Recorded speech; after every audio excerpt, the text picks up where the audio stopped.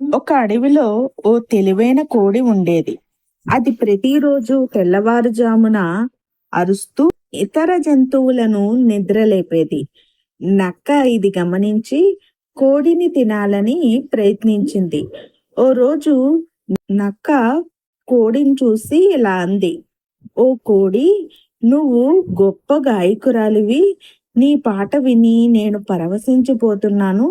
నన్ను దగ్గరికి రమ్మని పిలిచి నీ పాట వినిపించు" అని నక్క అంది.